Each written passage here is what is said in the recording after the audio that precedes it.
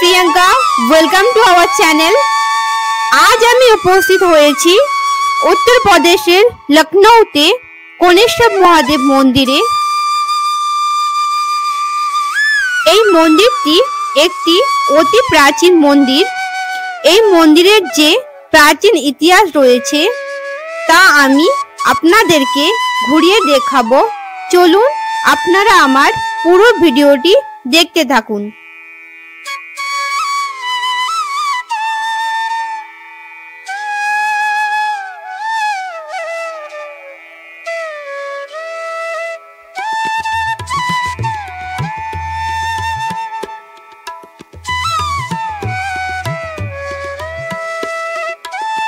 আপনি মন্দিরেতে পুজো দেওয়ার জন্য শুদ্ধ মিষ্টি আপনি এখান থেকে পেয়ে যেতে পারেন।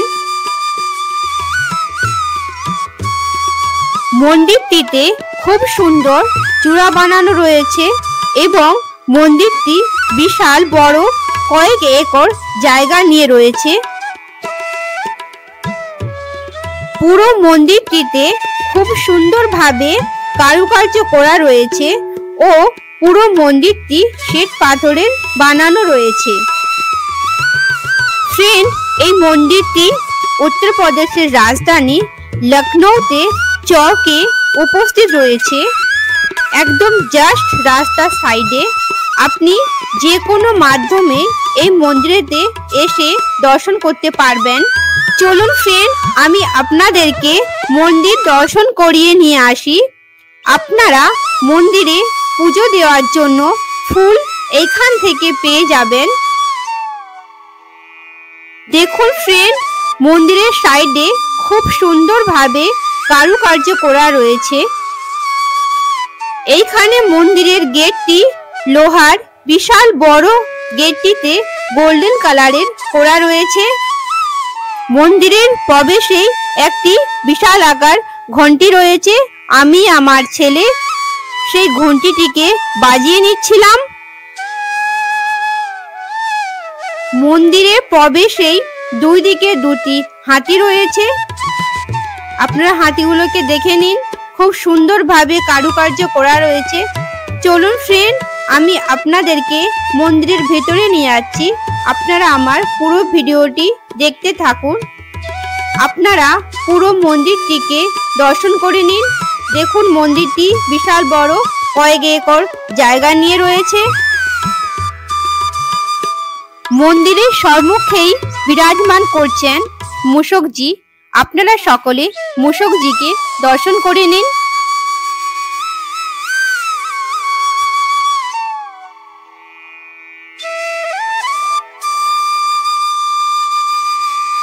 মন্দিরের ডান দিকে যাবেন, ডান দিকে রয়েছে বিষ্ণু ভগবানজি শেষ নাগের ওপরে বসে। ওনার সাইডে রয়েছে লক্ষ্মী মাতাজি। আপনারা সকলে দর্শন করে নিন। আর ওনাদের দুই দিকে রয়েছে গরুড় মহাদেব ও নারায়ণ ভগবানজি। আপনারা সকলে দর্শন করে নিন। আর সাইডে রয়েছে বীরাদায়িনী এবং মা পার্বতী এবং শঙ্কর মহারাজজি।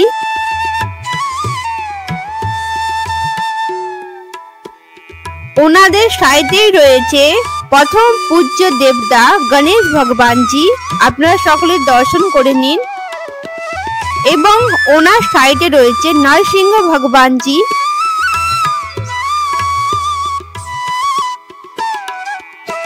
ফ্রেন্ড, এই মন্দিরটি 1000 বছর পুরানো একটি মন্দির। লখনউতে প্রাচীন মন্দিরের মধ্যে এই মন্দিরটি একটি অন্যতম প্রাচীন মন্দির। এই মন্দিরেতে একটি প্রাচীন ইতিহাস রয়েছে। এই মন্দিরটি প্রথমে গোমতী নদীর তীরে উপস্থিত ছিল। এখানে প্রাচীন যুগে সাধু সন্তরা বসবাস করতেন। ওনাদের মধ্যে পণ্ডিয় নামে এক ঋষি, উনি শিব শঙ্কর ভগবানজির পুজো পাঠ করতেন। ওনার তপস্যায় বিলীন হয়ে ভগবান শিব শঙ্কর ওনাকে স্বয়ং দেখা দেয় এবং শিব শঙ্কর ভগবানজি মাটি থেকে উদিত হয়ে শিবলিঙ্গের আকার ধারণ নেয়। তখন থেকে এখানে পুজো অর্চনা শুরু হয়।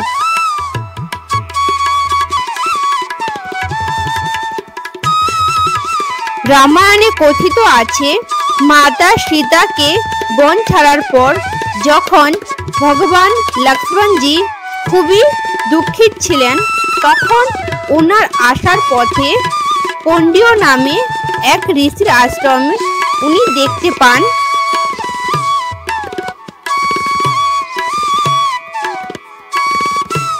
এবং ওইখানেই আশ্রয় গ্রহণ করেন।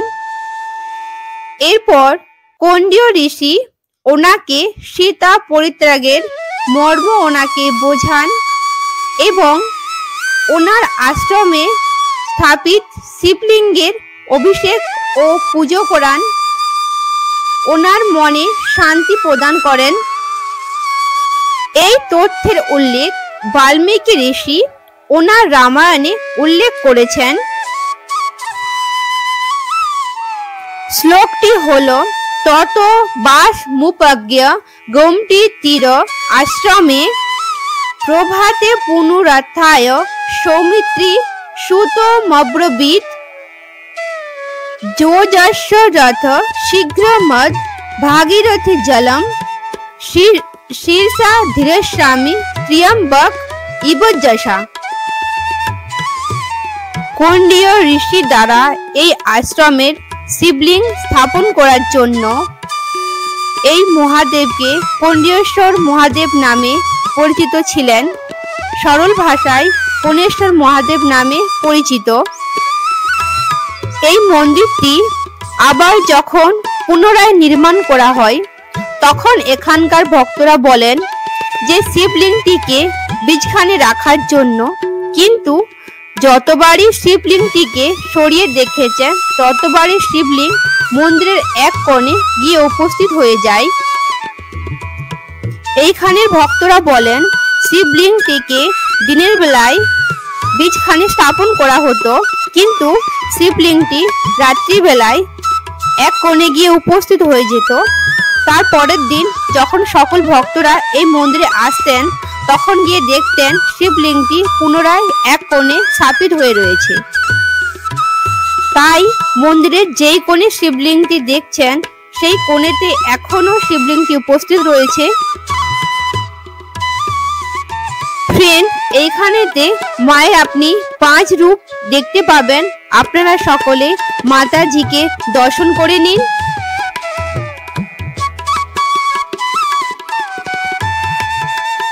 এবং মাতাজির সাইডে রয়েছে বজরংবলী হনুমানজি, আপনারা দর্শন করে নিন।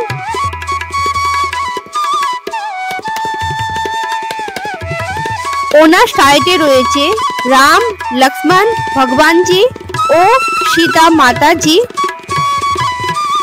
এবং ওনাদের সাইডেই রয়েছে রাধা কৃষ্ণের ভগবানজি। নিচে রয়েছে অসংখ্য গোপাল, আপনারা সকলে দর্শন করে নিন। আমি আবার পুনরায় সমস্ত ভগবানজিকে দর্শন করাচ্ছি, আপনারা আরেকবার দর্শন করে নিন।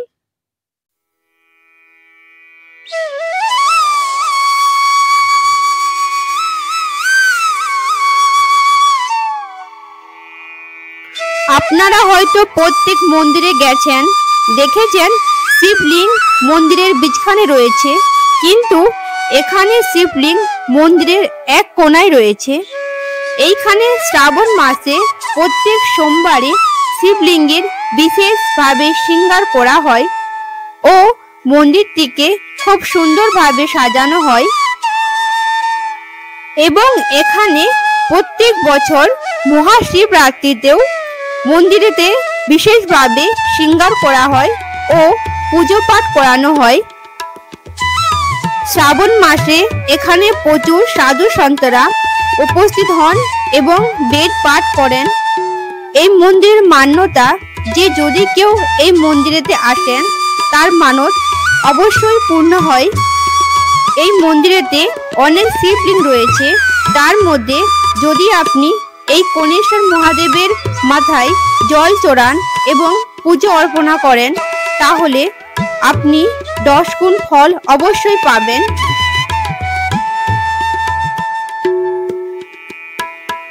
আপনারা সকলে দর্শন করে নিন।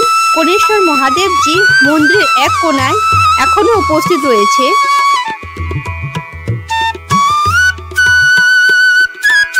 ফ্রেন্ড, এই যে সমাধিগুলোকে দেখতে পাচ্ছেন এটি হলো কণ্ডীয় ঋষির সমাধি। আপনারা সকলেই সমাধিগুলোকে দর্শন করে নিন। আমি আবারও পুরো মন্দিরটিকে ঘুরিয়ে দেখাচ্ছি, আপনারা সকলে দেখে নিন। খুব সুন্দরভাবে এখানে মন্দিরেতে কারুকার্য করা রয়েছে। আর দেখুন সম্পূর্ণ মন্দিরটি নামি দামি স্টাইল দিয়ে মার্বেল দিয়ে বানানো রয়েছে। ফ্রেন্ড, আপনারা আরেকবারও মন্দিরের ভগবানজিকে দর্শন করে নিন। মন্দিরের উপরিভাগে উপস্থিত রয়েছে দ্বাদশ জ্যোতির্লিঙ্গের চিত্র, আপনারা সকলে দেখে নিন। ফ্রেন্ড, আমি আপনাদেরকে পুরো মন্দিরটি দর্শন করাতে পেয়ে আমি অত্যন্ত খুশি হয়েছি।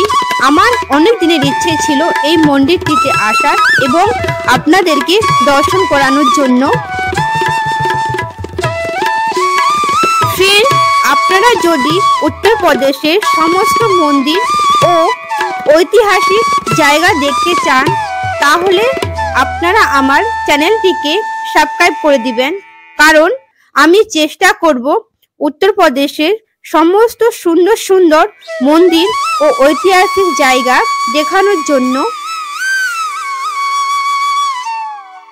ফ্রেন্ড, আমার ভিডিও যদি ভালো লেগে থাকে প্লিজ চ্যানেলটিকে সাবস্ক্রাইব করে দিবেন আর ভিডিওতে লাইক দিয়ে দিবেন এবং কমেন্টে লিখে দিবেন হর হর মহাদেব।